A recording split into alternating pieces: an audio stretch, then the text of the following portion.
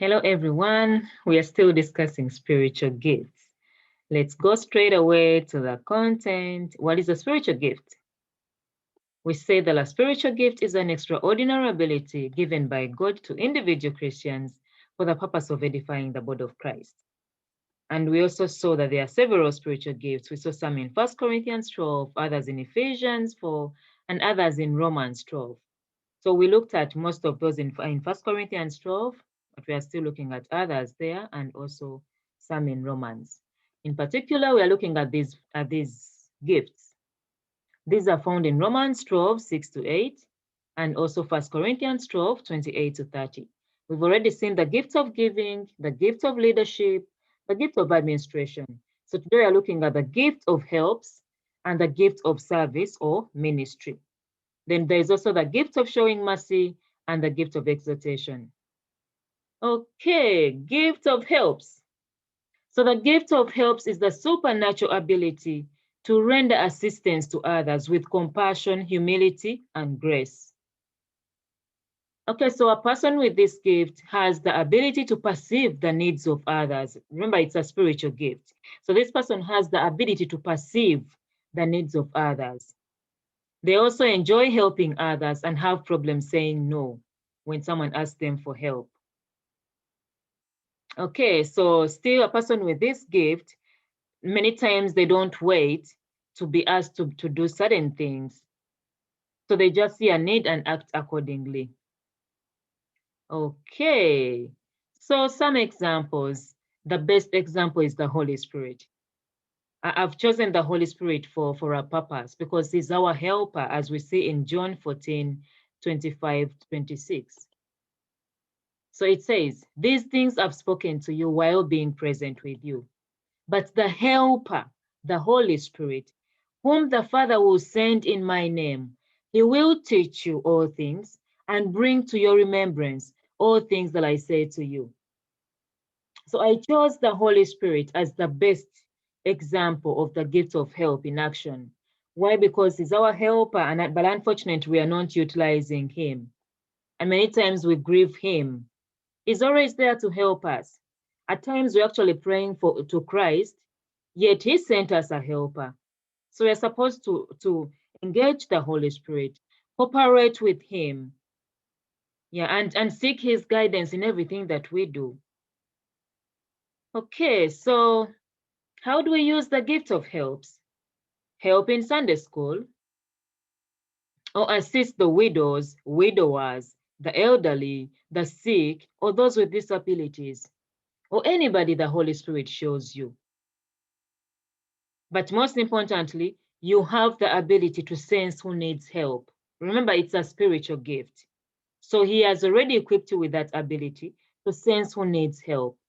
So this comes along when you now know that it's your gift. So it kind of opens your ears or eyes to see who needs help.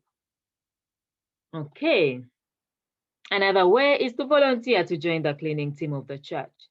Yeah, that's another way of using the gift of helps. And also it's a tool. This is very important. It's a tool to show compassion and touch hearts. Because this is a gift which reaches out to individual people, like you touch people individually. So it's an important tool to show compassion and touch hearts and give hope to those who have lost hope. Okay, so the second gift is the gift of service or ministry. So the gift of service is the supernatural ability to serve God by rendering practical help in both physical and spiritual matters. A person with this gift, they are more concerned with the affairs of the church, and they fill the many gaps of ministry and meet the needs of the church. So you note that these two are similar, the gift of service and the gift of help. They are kind of similar, but the person with the gift of service is more concerned with the affairs of the church, or it's more administrative than the gift of help. Okay, so also servers have God-given strength and endurance to accomplish tasks.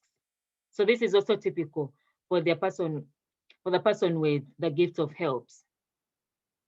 Okay, also servers have the desire to free up others to use their gifts to the fullest.